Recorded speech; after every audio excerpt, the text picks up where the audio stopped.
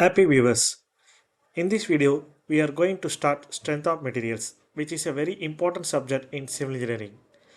In this video, the lecture we are going to see is stress and strain, which explains how a material behaves internally when external forces are applied.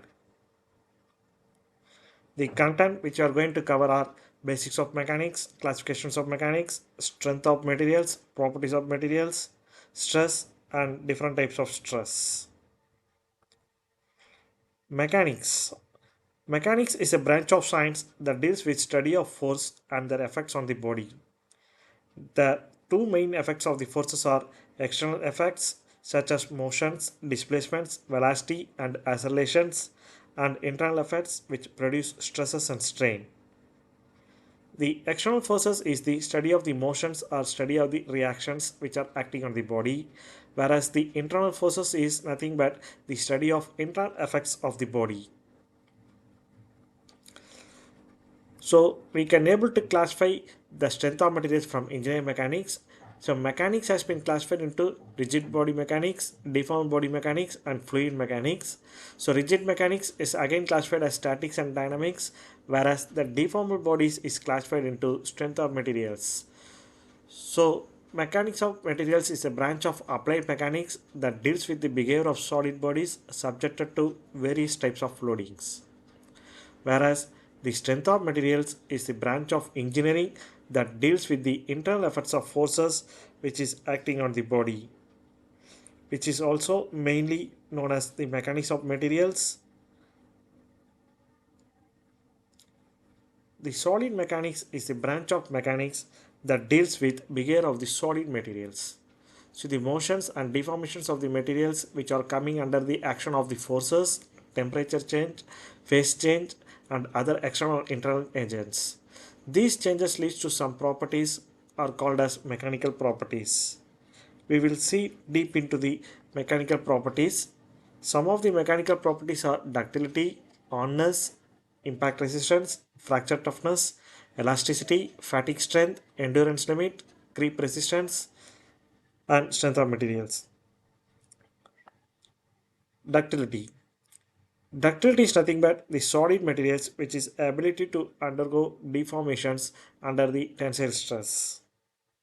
Hardness of the material may refers to the resistance of bending, scratching or abrasions or cutting, whereas the impact resistance is nothing but ability to resist the sudden loads, that is it can able to withstand the high forces or shocks which has been applied to it over the short period of the time, whereas the plasticity is the ability to undergo the permanent deformations, that is the deformations will be permanently by the applications of the forces.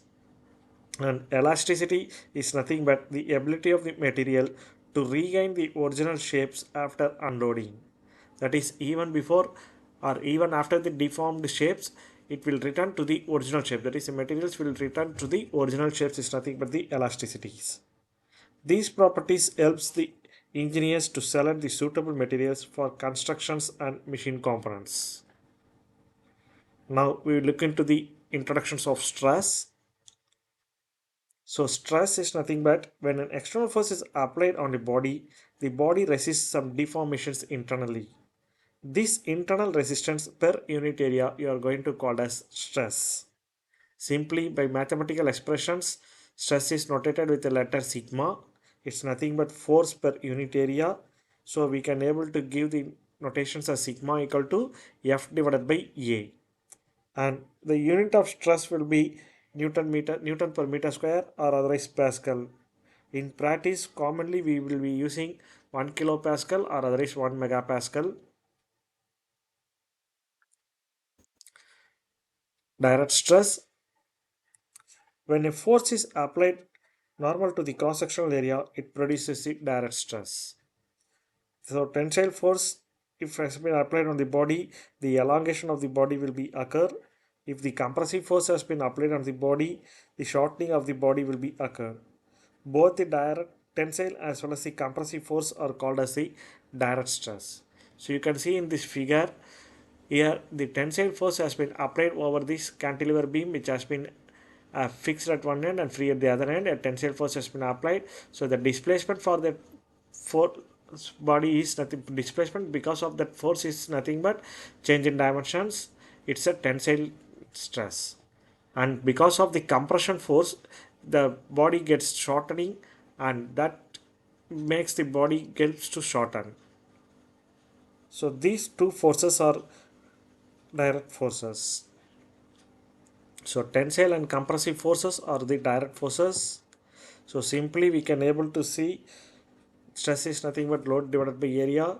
So in most of the engineering fields we used as kilopascal or megapascal or gigapascals. So types of stress has been classified as a normal stress as well as a combined stress. So the normal stress acts perpendicular to the resisting area, whereas the tensile and the compressive stresses are the two types of the normal stress. The combined stress, which occurs when more than one type of the stress acts simultaneously. So shear stress and torsional stress are the combined stress. So as we said, the normal stress is resisting area is perpendicular to the applied force, whereas in the combined stress, the condition of the stresses that cannot be represented by a single resultant stress. So if in the stress, if a pulls on the area, it is referred as a tensile stress, and the notation should be given as a positive. And if it pushes on the area, it is called as the compressive stress, and the notation should be given as the negative.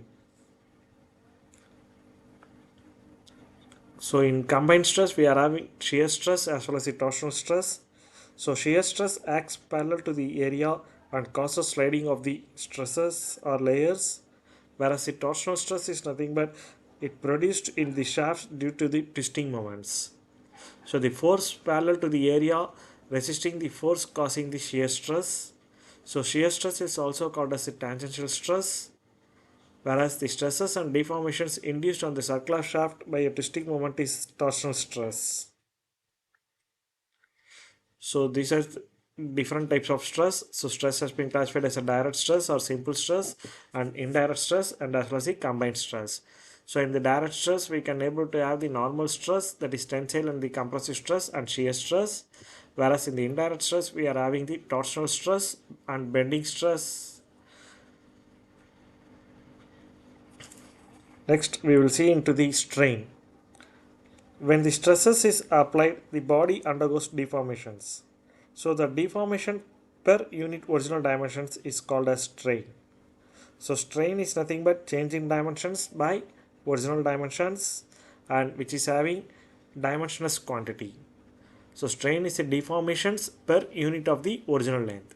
We can given by the notation as epsilon, strain epsilon equal to x divided by L, where x is nothing but the change in dimensions, where L is nothing but the original dimensions. So change in dimensions by original dimensions is the strain, and strain is a dimensionless quantity. So strain, we are having various types of strain as linear strain, volumetric strain and shear strain. So linear strain is nothing but the ratio of change in length to the original length along the linear dimensions.